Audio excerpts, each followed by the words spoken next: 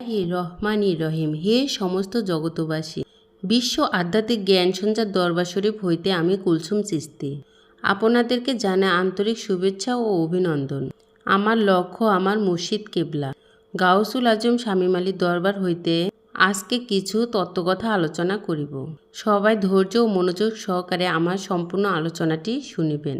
আমরা এই পৃথিবীতে যা কিছু বুঝে এসেছি, জেনে এসেছি, অনেক কিছুর বিষয় আমাদের জানা বাকি, বোঝা বাকি। আজকের যে আলোচনাটি হবে, যে আপনারা থাম্বনেলে পেয়েছেন, কি নারীর কোন জায়গায় ভক্তি দিলে আপনি চিরমুক্তি হয়ে যাবেন। যে নারীর কোন জায়গাটির মধ্যে আপনি ভক্তি দিলে আপনি মুক্ত হবেন, সে মুক্তটি কি?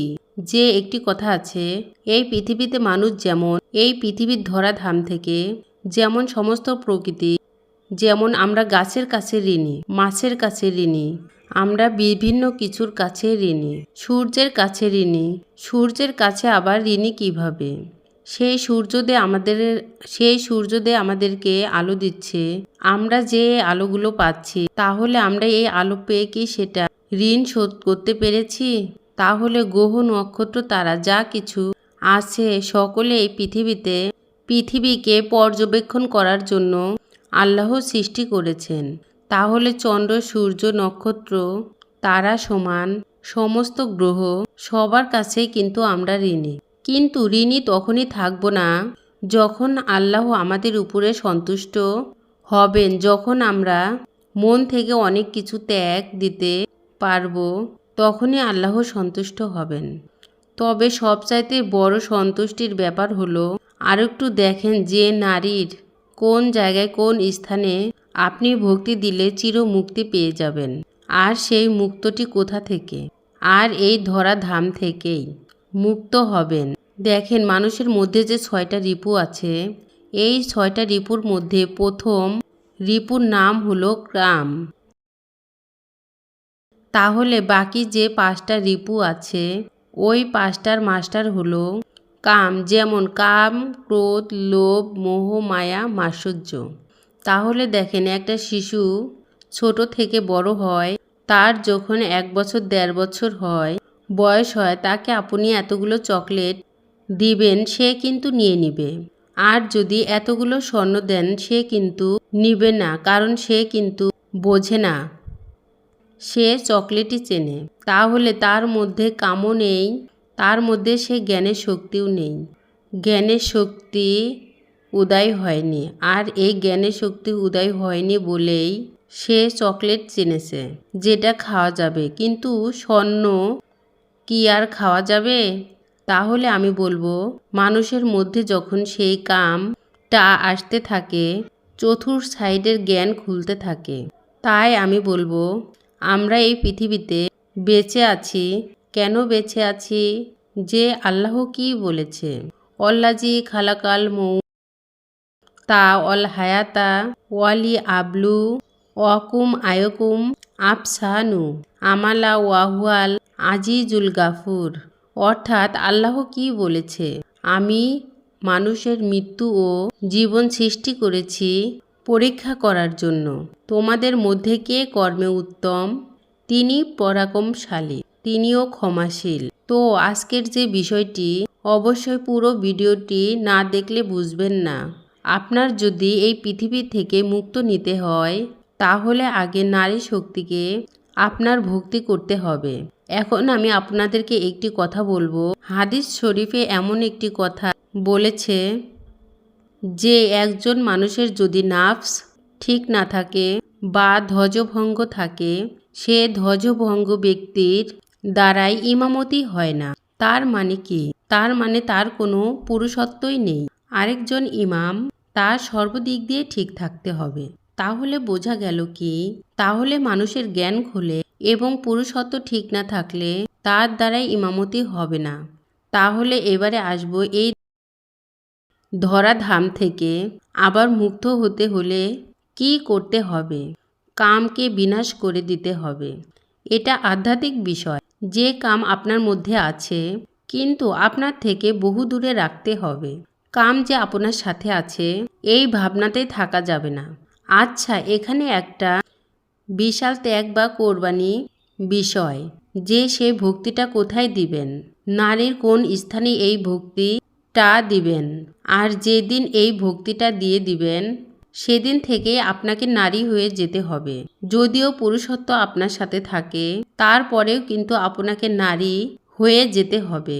যেদিন সেই ভক্তিটি আপনি দিবেন সেদিন থেকেই আপনি মুক্তগামী হবেন। এই ভক্তির যে মান, এই ভক্তির যে কৌশল, এই ভক্তির যে কিছু নিয়ম, এগুলো যদি মেনে চলতে পারেন তাহলে চিরতরে আপনি মুক্তি পেয়ে যাবেন। সেই মুক্তটা কোথা থেকে হবে? সর্বপ্রথম মুক্ত হতে হবে আপনার কাম থেকে। যে কাম আপনাকে স্পর্শ করবে না, এই কামে আপনি যাবেন না। তাহলে যারা দাম্পত্য জীবনে নতুন বিবাহিত জীবন বিবাহ করেছে নতুন, তাদের পক্ষে কি এটা সম্ভব? তাদের পক্ষে অবশ্যই এটা সম্ভব নয়। তাহলে দেখেন, যে ভক্তিটা কোনো মানুষ যদি করতে যায় তাহলে তার মধ্য বয়স পার করতে হবে। যেমন মানুষের 4টা কাল আছে, যেমন সত্য, ত্রেতা, দাপর, কলি। সত্যতে শিশু, ত্রেতাতে রাম ধনুর্ধারী, দাপরে কৃষ্ণ বংশী। তার মানে দাপর হলো আপনার মধ্যকাল, যেটা ঢালে চলে যায়। যখন কলি তখন কিন্তু বৃদ্ধা। তাহলে একটা মানুষ সারা জীবন সংসার করেছে, স্ত্রীর সাথে সংসার করেছে, ঘুরেছে ফিরেছে, তো এখন এই সংসার করার তার ঠিকই থাকবে, সমাজও তার সবই ঠিক থাকবে। কিন্তু সে যদি ভাবে যে এই দেহ থেকে যেদিন আত্মা বের হবে, এই আত্মা যাতে আর কোনো দিন দেহ থেকে বের হয়ে অন্য কোনো দেহের মধ্যে না আসে, আমি চিরমুক্ত হয়ে যাব। তাহলে এই চিরমুক্ত হতে হলে তাহলে আপনার কাম থেকে মুক্ত হতে হবে। তখন আপনার মুর্শিদ আপনাকে সেই নিয়ম কানুন দিয়ে দিবে। দেখেন একটি বিষয়, সেই ভক্তিটি করতে হবে কোন জায়গায়? আপনার বাপ দাদা এবং আপনি যে রাস্তাটা দিয়ে পৃথিবীতে এসেছেন, তাহলে সে রাস্তাটাতেই আপনাকে ভক্তি করতে হবে। আর ভক্তি এমনভাবে করতে হবে যে, হে আল্লাহ, যে রাস্তাটা দিয়ে আমার বাপ দাদা পূর্বপুরুষের এসেছিল সেই রাস্তা দিয়ে আর আসব না। তাহলে আপনি যে সেই রাস্তা দিয়ে আসবেন না সে কথা কি মুখে বললেই হবে? তাহলে এখানে কোরবানি আছে, ত্যাগ আছে। সেই ত্যাগটা কি? সেই ভক্তি করার পরে আপনার স্ত্রী, সেই স্ত্রীকে আপনি আর স্ত্রী রূপে দেখতে পারবেন না। সেই স্ত্রী আপনার হয়ে যাবে কি মায়ের চরিত্রে তাকে দেখতে হবে। তখন আপনার আর সেই স্ত্রীর কল্পনায় তাকে দেখতে পারবেন না। এর সাথে চলবেন ফিরবেন ঠিকই, কিন্তু সেই জায়গায় আর যেতে পারবেন না। পুরুষত্বের বা যৌবনের চাহিদা নিয়ে সেখানে আর যেতে পারবেন না। তাহলে সেদিন থেকে আপনার স্ত্রী আপনার মায়ের ভূমিকায় পালন করবে। মায়ের গলা ধরে বাচ্চা যখন এটা সেটা চায়, এটা সেটা করে, ঠিক আপনি ওর বেশি আর কিছুই করতে পারবেন না। যদি আপনি এই কাজ করতে চান বা যৌবনী চাহিদার জন্য, সেই যৌবনী চাহিদার জন্য সেখানে যেতে চান, তাহলে খবরদার সেখানে ভক্তি দিবেন না। আর যদি ভক্তি করেই ফেলেন, শুধু নিজের স্ত্রীই নয়, সমস্ত পৃথিবীর নারী জাতিকে আপনার মায়ের চোখে দেখবেন। আপনার মা, সমস্ত নারী জাতি আপনার মা হয়ে যাবে।